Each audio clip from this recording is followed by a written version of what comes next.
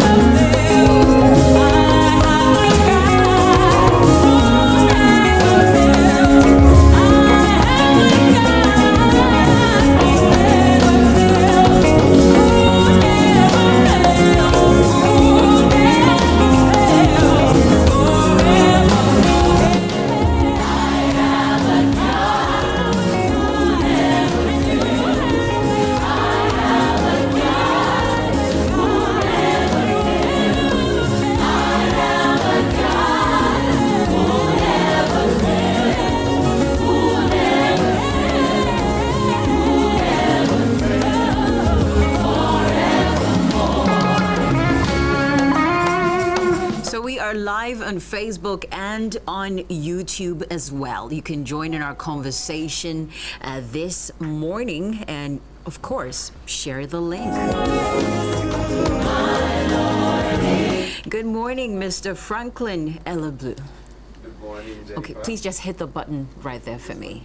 Fantastic. Good morning, Jennifer. Good morning. Thanks for having me. It is our pleasure. It is nice to see your nicely branded Chango t-shirt. That's right. That's right. It's a Chango Friday. It is oh, I love the sound of that. A Chango Friday. Next time I should also be like a Chango t-shirt. That would be nice.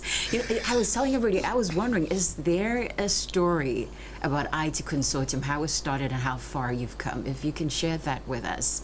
Yes, it's a story that I love to share. Okay. Because it's a story of grace. It's a story of triumph in adversity, sometimes severe adversity. But it's not your usual story of some people getting very innovative ideas and then deciding with a grand business plan, we will do this and that and the other. But it's been a story of solving one simple problem at a time. So we started in 2001. Okay. At that time, I don't think the term fintech was even in existence.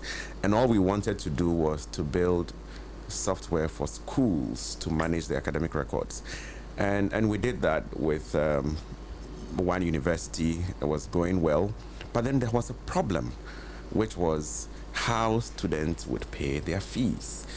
If you remember, back then, internet was really poor. So students would go to the bank to pay the fees and then carry their paying slips to the school. University of Ghana, yeah, I was. Thank you. KNUST. We experienced that all the time. And what happened was, most of the time, the school had no way of telling whether the paying slip was real or whether it was fake.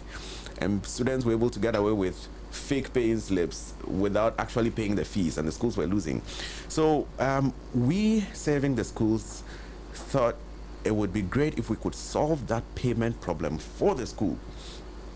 So we developed a platform that we called Transflow, which allowed for the students, when they went to the bank, they would pay it, and it would be captured on our platform called Transflow, which would make the information immediately available to the school. The first bank we did this with was EcoBank, and they allowed us to integrate directly into their core banking as well. Okay. So when the school printed their statements, they could see exactly who had paid, who hadn't paid. Now, once we solved this problem, it led us to the realization that a lot of our bill payment problems follow the same pattern. Exactly. So, water, electricity, pay TV, and all of that. So the next place we went was ECG, and we presented this proposal to them that, look, we could offer you a solution where people make payments and you don't need to wait for a month or two to get notified. And they bought into the idea. And then one thing led to the other. Banks started coming on board because they wanted to collect for the companies who were serving the schools, the utility companies, and so on and so forth. And so payment was becoming a thing, although we didn't start from there. Then fast forward in the mid 2009 thereabout, mobile money also started. And by this time, we had a sizable collection of merchants. Okay. Multi-choice, ECG, Ghana Water, universities. And so we approached MTN at the time and said, look, we can do this with you. At the moment, your mobile money is only sending money from one person to the other, and all they do after that is cash out. But what if they could do other things, like pay school fees, like pay for their utilities and so on? Then people would be encouraged to retain some of the money on their wallets. Okay. And MTN gave us the opportunity with the caveat that we are not paying you anything. You do this at your cost. We provide the platform. If it works, we will share some of the revenue with you. What was your reaction? Well, it was a huge risk because, but we were happy with the opportunity. We knew it could go either way, but we were willing to take that risk. And mind you, at the time when we're having these conversations with the mobile networks, mobile money wasn't what we know it today. I mean, I recall a friend asking my wife, what does your husband do? And she mumbled something related to mobile money, and the next question was, mobile money, do you know anybody who uses that thing? You know, and so for us it was a risk. Doing this, it was going to span several months without being paid, and quite frankly, in the first 2 years, we'll tell you, our first year revenue was 2,000 cedis for the whole year.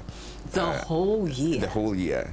Same for the second year. You had a workforce of about how many people? At the time, we were about 15, so we were paying 15 salaries from nothing. You know, I don't know how many of you are enjoying listening to the story as it unfolds for Mr. Franklin Eleblu, but you can join us. We're live on Facebook and YouTube. Yeah, so so that went on for quite a bit. At one time, I recall someone from MTN said, Franklin, you guys, you're spending so much effort and time in this thing, and yet the mobile money agent under the umbrella on the street is making more money than you. You know, and some of those comments were true. They attempted to be discouraging, but that's why I say it's a story of grace. There's a story of triumph in adversity, and a story of God's faithfulness. So over the years, as mobile money began to pick up, things began to turn around as well, and we've been able to now some people don't even remember what we used to be, like a school management platform. They only think of us as a payment service provider, but those were our roots.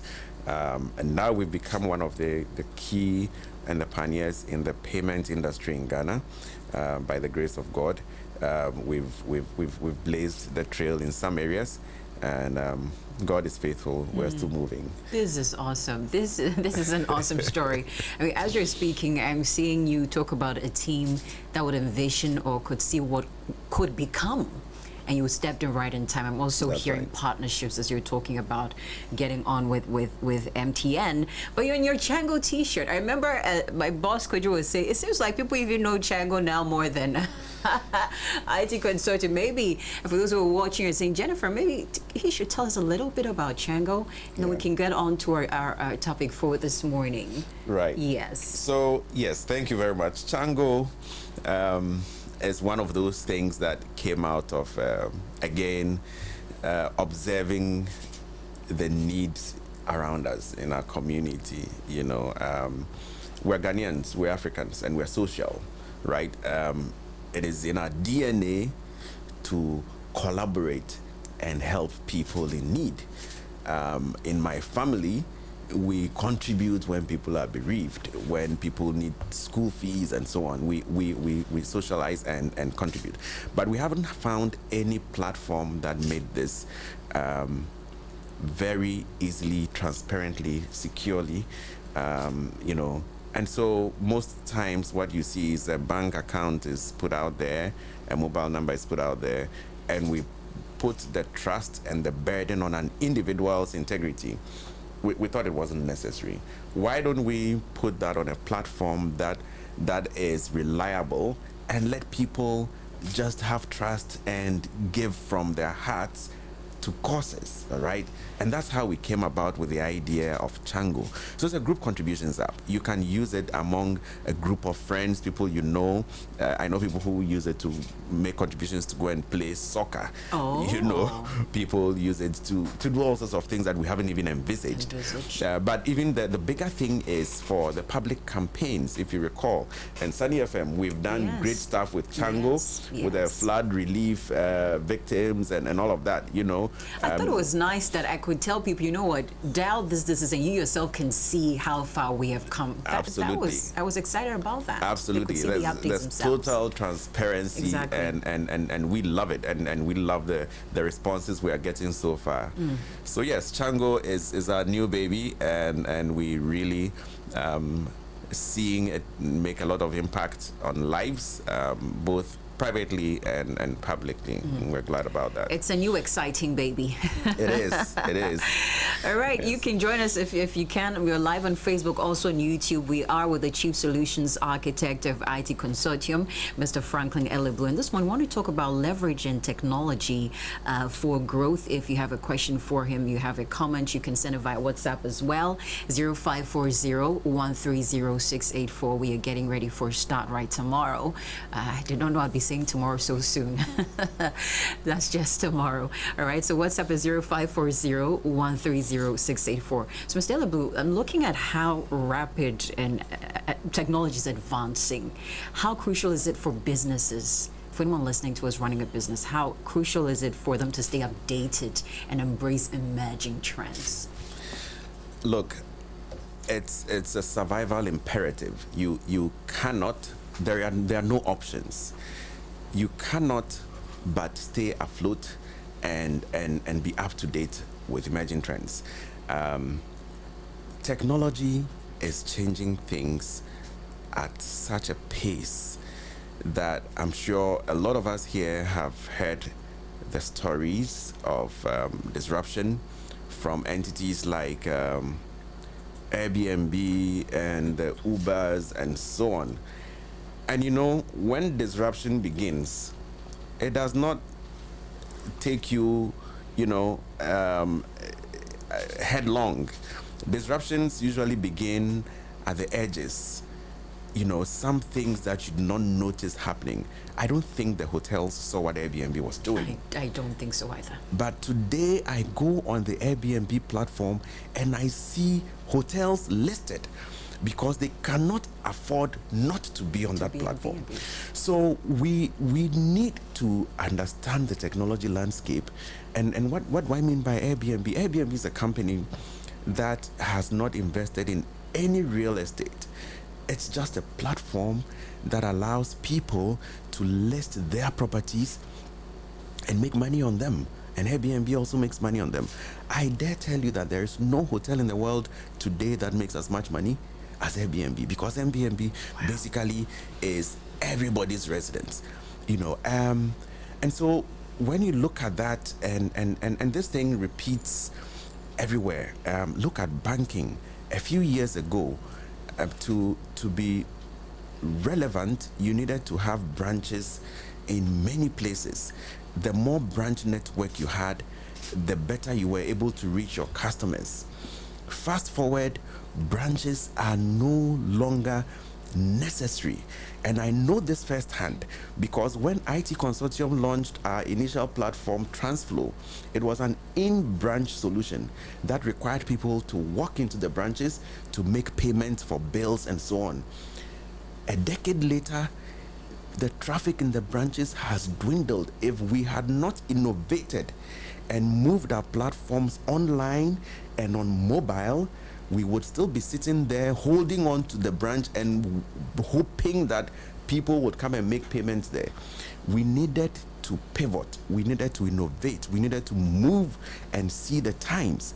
And so for businesses, knowing where we are, knowing the times, and being able to discern what the next wave is, as I said, it's a survival imperative. There are no options. You either do that or you die, and that's it. So I'm glad that we're talking about this. Technology changes so rapidly. In IT Consortium, we have to challenge our assumptions on a weekly basis. Every Monday. Wow. Every Monday we meet, we must challenge our assumptions. What used to be true last week, is this still true? Are the risks still there? Are there any risk on the horizon? Is there something new happening? You know, and that's how we survive. Interesting. And I believe you have a lot of experience to share. So I want to ask you, I mean, what challenges do businesses commonly face when it comes to implementing new technologies, and how can you say they can overcome these hurdles and ensure a successful integration? Right. So there's just the inertia of change, which is a human thing. All right. Particularly when people have arrived at their comfort zone in something, you know, change can be painful, and people wish to remain where they are and continue to enjoy the benefits that they have enjoyed in the past. But things are not like that anymore. And we have a saying in our organization. I often say this, that look, technology is not a religion. It's not a faith matter, so that I can say, oh well, I'm a Christian and that I must be for all my life.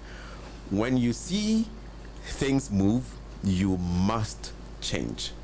And if you do not have a very light view of how you hold on to things, the pain of transformation can prevent people from making the change when it is required. There was a time when, I think 2 years ago, I saw one image of a bridge that had been built over water, and gradually over time, as the currents and the waves and the wind, you know, and climatic conditions happened, the water began to move away from the bridge.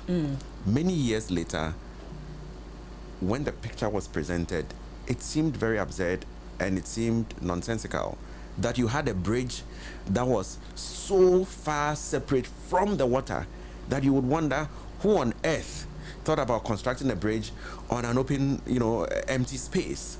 But what had happened was change was happening, imperceptible, and nobody was noticing, you know. So for organizations, as I said, we need to be alert to see where the wind is moving, where the water is flowing, and be flexible to embrace change, although it is painful. Also, it is important when an organization is seeking to implement change to have a change driver. Okay. Because oftentimes what happens is business as usual. Everybody is busy keeping the things running as they are. and the things that are running are the things that are bringing the money, right? So when you have a conflict between what is feeding you today and what will feed you tomorrow, that tension is usually not well navigated. The tyranny of the agent, we must pay salaries tomorrow, we must pay salaries next week, we must pay salaries, and so on, keeps people just engaged in what brings them money now.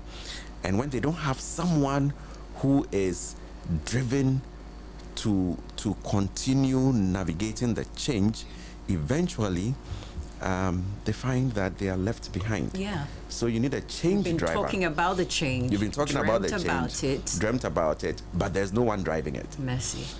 And that can be fatal to entities.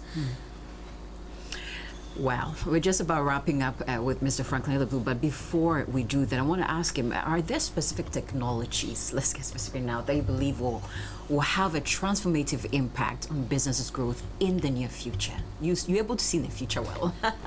Yes. Let's talk about that. Yes, we're very, very keenly aware of the changes that are happening, particularly in the area of data, artificial intelligence, and well, generative AI. Everybody here by now is aware of ChatGPT and its competitors. Yes. Now, that's something we've never seen before in the history of technology, and it's a new wave. I can tell you, in ITC, for example, we are taking that extremely seriously and have a, it's not everything I can say, but we're taking that extremely seriously. But AI is not just the next, it's the new wave. A lot is going to change. Jennifer, in some weeks, months down the line, you could have the same interview with a robot. I've actually seen that already. And it will give you answers that sound more intelligent than me, because it has access to all the resources in the world. I can assure you, even in a week, I can help you set up an interview with a robot on any topic, and you'll be amazed at the quality of answers.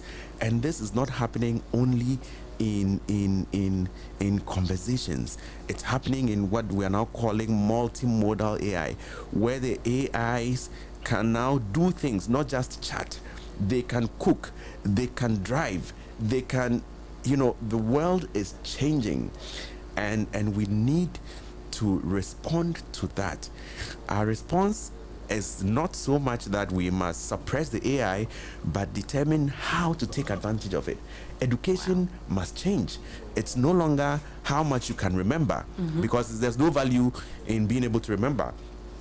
The AI will remember for you. But what can you do? How can you think creatively to leverage all of these things for the next big thing? I saw a post that someone had put up. He had asked ChatGPT when Black Stars could win the AFCON.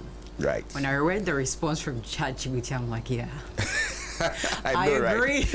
I totally agree. And as Mr. Eleblu is talking about AI, let me just mention that we have Mr. Bright Lajepo. He's CEO of PhD Ghana. He'll be talking about strategies for building resilient businesses and careers in the artificial intelligence era. So I was just speaking to the team. I asked them, do you still want us to ask for a few more slots? They said they have a few more slots, because I'm sure some of you are listening now. You're thinking, Jennifer, I should have signed up yesterday. Is there room for me? They say there's a little room. Okay, so you can go onto the short code right now, *887 *273 hash, *887 *273 hash. By a certain time, we'll not be able to take in any in-person for Start Right conference. But there's a question for you. It says, it's from Mame. She says, great enlightening conversation. A question, please.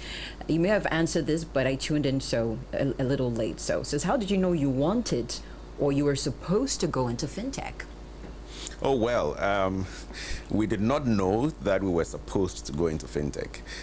As I said, we pivoted from what we were doing initially, and And years later, we discovered that what we were doing was called fintech. At the time, that's interesting. At the time, the word wasn't there. So people started calling us a fintech, and then we realized, oh, indeed, that's what it is. You know, so yeah, it's an unusual story, but we are very grateful for it all the same. Definitely. Yeah. And let's talk about Start Right. It's just tomorrow, just around the corner. How do you feel about this program that has been put together? How essential would you say it is? Who are you hoping to join us at Start Right conference? Yeah, I think this is a brilliant initiative, and I wish there were so many more of them.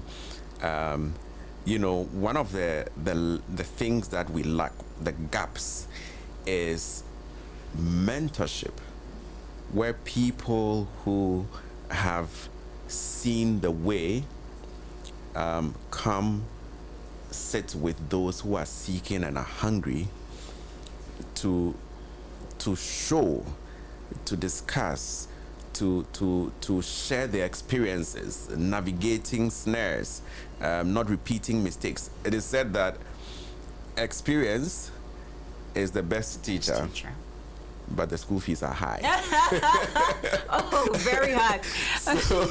So you do not want to have to pay the school fees when you have people who have already paid their fees. And they know everything come tell you how to start right. The starting of everything is important. So, Jennifer, we are very excited, and IT Consortium was very excited to partner and to sponsor this. Yes. And we believe that we will do this again because it's really important to have mentorship. It's important to learn from those who have been there. Fantastic. And once again, from us at Sunny FM, we want to say a big thank you to IT Consortium for coming on board Start Right Conference 2024. They will be there with us at Start Right as well. So I'm sure if you're coming, you also get the opportunity to interact with our friends from IT Consortium. Mr. Eleblu, yes, it's been insightful talking with you this morning. We should do this again. Yes, most definitely. We would love to. Thank you so much for having us. A pleasure. Stay with us right here on the iMDrive. Love is patient. Love is kind. It does not envy. It does not boast. It is not proud. It is not rude. It is not self-seeking.